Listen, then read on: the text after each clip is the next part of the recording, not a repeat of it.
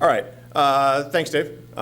So, yes, I am going to talk about one piece of equipment and some case studies examples, but ultimately I'm talking about an entire field of samples or of technologies out there for telemetry and for taking the uncertainty out of these things. And as Dave touched about long-term commitments, the hardest part is trying to make sure that, hey, I'm not vulnerable, that what I said is going to happen today is going to happen tomorrow and it's going to happen 10 years from now. And so that's really where my focus is going to be at. And we'll walk through a few case examples of what you can learn from that kind of information. Certainly telemetry is nothing new. I was trying to think about the oldest telemetry I've ever touched. It was probably 30 years ago. I think it predated me, and our family at the cabin had an auto dialer if it went to freezing temperatures. That's telemetry. That's I'm not there, but I know something happened. It's in its crudest form, but nonetheless, it's telemetry. So some of this will be a little bit, we've seen it enough in some other things, but we'll just hit the review for everybody here. As Dave mentioned, vapor intrusion, and I mentioned in my talk this morning, increasingly becoming the big driver for sites. We know how to manage groundwater, we know how to manage the soil, but in the end, those are not as easy to solve, or those are much easier to solve than vapor intrusion. And as we've talked about, the science continues to evolve. Dave mentioned the TCE that we looked at 10 years ago is different than the TCE we looked at now. TCE didn't change, the science changed. So, what will we think is safe today that's not tomorrow? And I've had a lot of clients that I've worked with were like, I don't understand why this is dangerous. And one obvious question I give a lot of them is, did you play with mercury as a kid? And they're like, well, yeah. It's cool, I roll it around. I'm like, would you do it today? They're like, no. So the science changes, the risk changes, and so you need to be able to adapt to that going down the road. And the off-site migration is a big deal. I think Dave touched on that a little bit, but that idea of your site could be impacting somebody else. Whether you did it or not, the litigation aspects of that can be substantial. So ultimately, you end up with two courses of action. You can either remediate it, go dig up the soil, go clean up the groundwater, do whatever you're going to do, or you're going to mitigate it. And what we're talking about today is we're mitigating it. We've already gone through Mr. Lutz. We've investigated the ever-living snot out of something. We know, hey, yeah, it's a problem. I got to do something about it. I can't clean that up. So we're going to go mitigate it. Even though Dave's told us don't jump into mitigating too quickly, in the end, a lot of times, you end up mitigating it. And it may not be forever, but it may be a 10-year mitigation plan that you're doing while you do the cleanup, because these cleanups don't happen overnight. So either way, I think there's a growing number of sites and cases where you're going to need to mitigate to give everybody the peace of mind. Nobody wants to study the problem for 2 years to find out, oh yeah, for those 2 years you were exposed. That doesn't make anybody comfortable. So we're in the mitigation realm. Thankfully, as I hope most of the people in this room are aware, mitigation has a new set of standards and has come a long way. I started getting involved with ARST back in 2014 and working on single-family home mitigation standards. And so I think the radon industry has brought a huge help to the chemical VI world to help build these standards and get them adopted. If you're not aware of them, obviously you should be, because they're on the ARST website, and that's where you are. There's new construction ones that are out there, single-family home and commercial. You've got soil gas for single-family, multifamily, schools and large buildings. You can get them for free at the standards website. You can't download them, but you can go see them. So if you're not familiar with them, you should be. Go get familiar with them, because we're seeing more and more effort in regulatory environments where the regulators are wanting to know, how do I know this was built right? How can I be sure? What's the standard? So you're seeing more regulatory environments start to adopt these standards. State radon programs are adopting them, but it's also moving over into the chemical side for whatever regulatory body handles those. So I think it's worth noting that these standards are out there, that mitigation is proven. Like I said, the radon industry brings a heck of a lot of history to how to do it, and that it can be done successfully. So in a VI system, we've got a ton of different problems, the same problems that are in a radon system. One of the biggest ones, you get into seasonal variability of where you live, what that changes the environment in. As Mr. Lutz said, you don't just sample once and make a decision off of it. Things change, and you got to understand what that is and specific to your area. You've got different environmental variabilities. The building pressure can change based on different things and how it's operated. Soil conditions can change. O&M might have some difficult on-site inspections. So these are all operational challenges to doing a mitigation system, and we got to figure out how to conquer those. And the bottom line is, change is the normal. So you're not going to go into a site and expect it to just stay. everything's going to change. So you have to learn how to make sure we can adapt to that, or at least know that it's happening. I threw this slide up here. This is going to be, I think, being incorporated into some of the standards out there, but it really exemplifies the idea of, well, where are you? You know, I think Mr. Lutz, you actually pulled up the same map up here. We all live in different parts of the country. I live up here in Milwaukee. We have an entirely different sort of heating season than my relatives in Corpus Christi, Texas. You know, they barely even know what snow is. And so that's an important idea of change that you see in here, of how often am I in and out of these different types of ranges in there. It gives you an idea of the variability, of just baseline variability. So how do we overcome those? Remote monitoring is the key, obviously, of what I'm going to be talking about, but it's that idea of being able to know something's happening and something's changing. It has a great benefit of eliminating on-site inspections, which became very relevant during the COVID crisis. It's like everybody had, you know, monthly or quarterly on-site visits to go into somebody's house. Well, not anymore. You're not going in their house while COVID was going on. So it drastically sort of changed our ability to monitor things. So, but remotely, that solves that problem. Another big thing is you start to get that idea of a 24/7, 365. You know, from my time in consulting, probably the most aggressive on-site checks for VI systems was monthly. So, you know, that's 30 days between when you're there one day and when you're there the next. What happened in those 30 days? Can you come back after 30 days and the system's down? Well, was it down the day you left, or did it go down right before you got there? And what does that mean? What's the impact? And I think the legal liability of that is starting to play out in areas where you'll have a toxic tort lawsuit, and I know Dave's aware of at least one, where people sue saying, well, the mitigation system you put in place, it probably wasn't even working half the time. How do you prove that? How do you prove the negative that says, no, it was working? And so I think that documentation that you can start to get from better data collection, it can cut your liability down significantly. The hope, too, on some of these things is if you can truly show that this system is in control at all times, you start to eliminate follow-up indoor air sampling.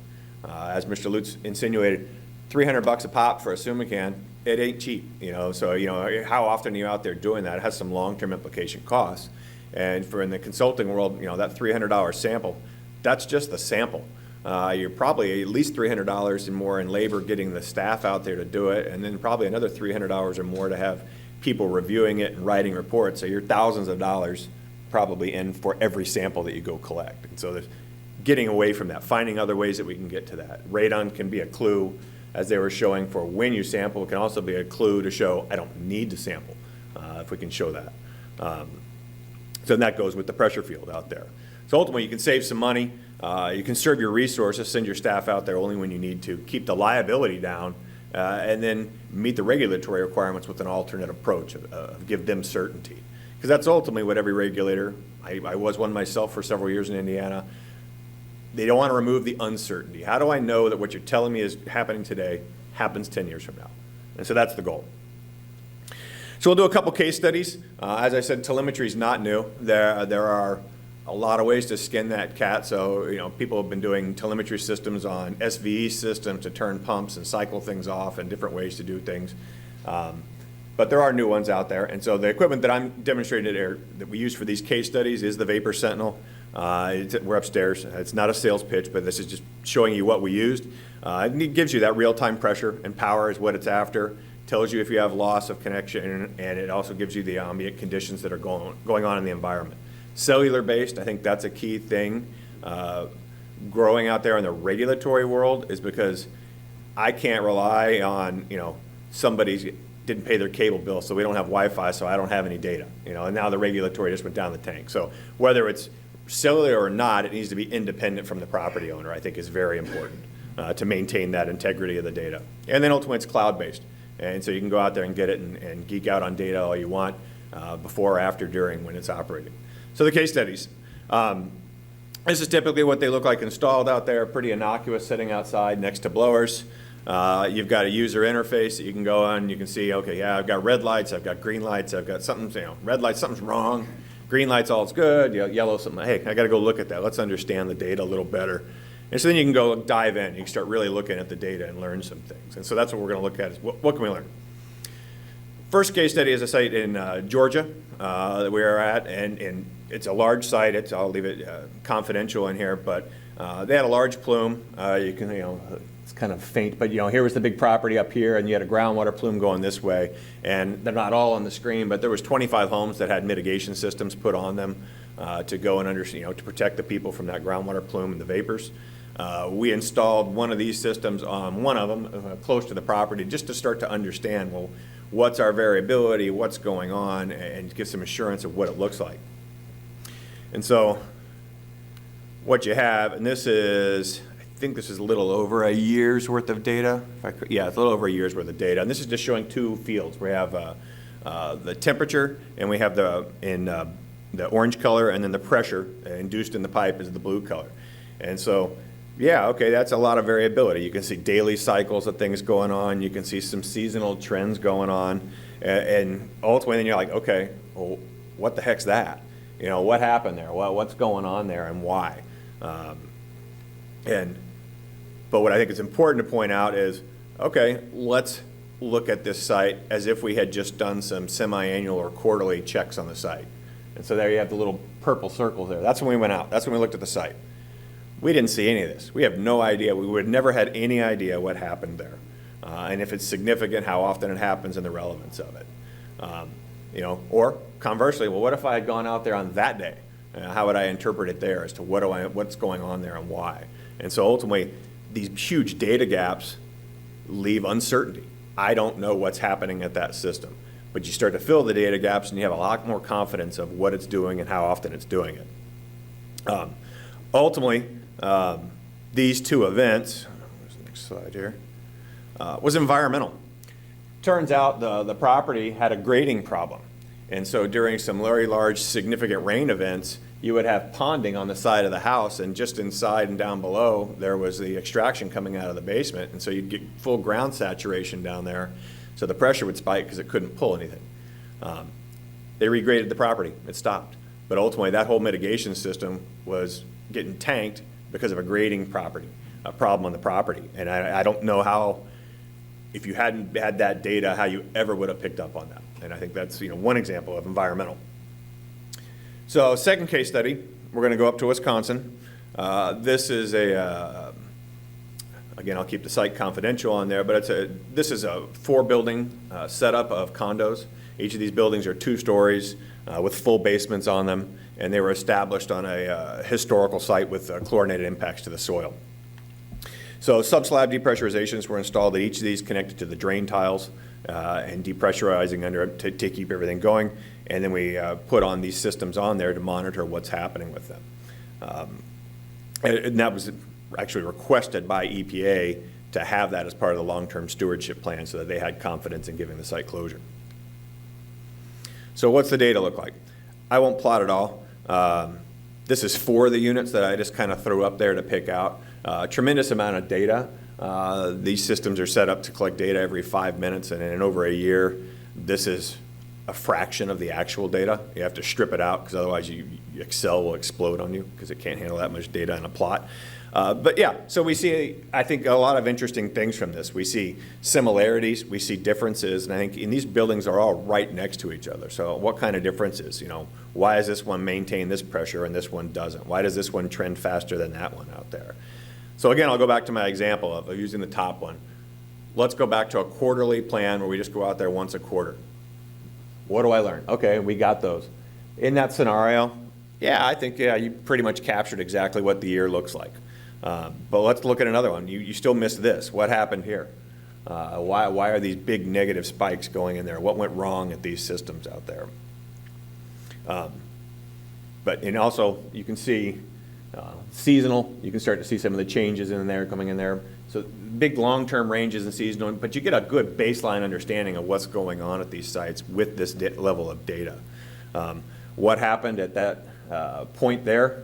An inlet pipe got condensation that froze. So it was literally just a sensor going out there, but it raised the point. A lot of the northern states, I know Minnesota talks a lot about that, where their exhaust pipes will freeze over if they're not taken care of and monitored correctly. So yeah, Wisconsin gets cold. They don't have that problem in South Texas. I think understanding where your system starts to get vulnerable, you get that from the data because we have ambient temperature and everything else that you can say, oh, I know we're going to get into a nasty range and that we're at risk, so you can take care of it. This is just a little zoom in on some of the data, and it starts to show you basically the diurnal cycles you'll start to see as temperature and heat, and things come up and how they change. And again, let's start to look at, which day did I go out there and do my O&M? Did I do it at the top of the peak or the bottom of the peak? And then when I go out there next month, how do I interpret when I came for the other? And so you don't understand that, and I think that goes back to Mr. Lutz, when he was showing some of these graphs and trends. Which point did you want to grab, and which one's the most representative, and which one's the dominant player in some of these? So again, just an example of the data in there as to what you can see. Next one, this is one of the buildings at that site in Wisconsin. Humming along fine, pressure looks good. We have set it up with a low pressure alarm saying, okay, if it drops below this, because we have a good baseline, if it drops below this, something's odd. Well, lo and behold, it dropped below that. Something went off, and it's like, wow, what just happened out there? But the upside is, this triggered somebody to go look at it. Somebody went out there, somebody made a call saying, what is going on out here? Do I have the picture in here or not? Oh, let me back up one. And again, going back to my quarterly example, there's your window that you saw. You go out there one day in a quarter, and then you go out there the next quarter, and you have this massive drop that's happened out there. And when did it happen? Did it happen the day before? Did it happen, in the month, in the month or 2 months ago? You don't know what that changed out there unless you have the full-time data. So what happened? This was actually fairly unique, that I think it shows something that I don't think we anticipated being able to use telemetry for. The building maintenance. The building owners went out there, and they don't, this happens a lot in consulting of, they don't bother to call us to tell us they're going to go do a remodel or something. Well, in this instance, this was a drain tile depressurization system, and somebody complained of some flooding, so they cut up the floor to go dig up the drain tile that was partially collapsed and redo it. It's like, that dramatically changed the pressure field for the site, and they didn't bother to call anybody. It would have been nice if they told us they were opening the floor because of vapors potentially coming in the building, but nonetheless, they didn't tell us they were modifying the system. So, okay, fine, we go out there, we understood it. Now we develop a new baseline. That's what the new pressure field looks like, and you put a new low-end alarm on there. And again, you never would have known that happened until it was, I don't say too late, but the exposure would have happened, and that's what Dave was talking about, the liability. That exposure happened, and that once that happens, you've got an issue, maybe. If they have a lawyer, then you might have an issue there.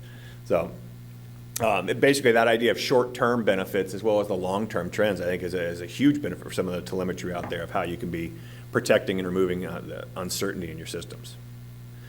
So lessons learned. Telemetry and good data like that can give you, identify the short-term anomalies, from the rain event, the example that I gave you, to the building construction, which again I think is fairly unique that we didn't anticipate. It can also give you the long-term trends, diurnal influences, and what things look like year over year. And I think the year over year, some of these trends might be subtle. And being able to have the data to go back to is very important from a legal standpoint. And at the most simple of it all, hey, my system's not running. Let's get out there. And the historical data accumulation, again, go back to that. If you're going to put these in, if you're going to put mitigation systems in as part of a 20 or 30 year, you need to be able to go back and document how did it go. And from a lot of consulting firms that I've been, okay, what are we going to go compile the field sheets from some guy that went out there and checked a gauge, and I'm going to compile those somewhere for 30 years and hope that I get it right? Or do I want to have a defensible, searchable database of, we never hit this threshold, and it was running the whole time? So ultimately, those are all things you just can't capture in a quarterly sampling plan or even a monthly sampling plan or O&M plan going out there. Vapor intrusion is still the critical risk driving a lot of these sites. The radon industry brings in these mitigation solutions that we know work. I mean, there's no mystery that subslab depressurization works. We know how to do it. We've got great standards out there to tell us how to do it.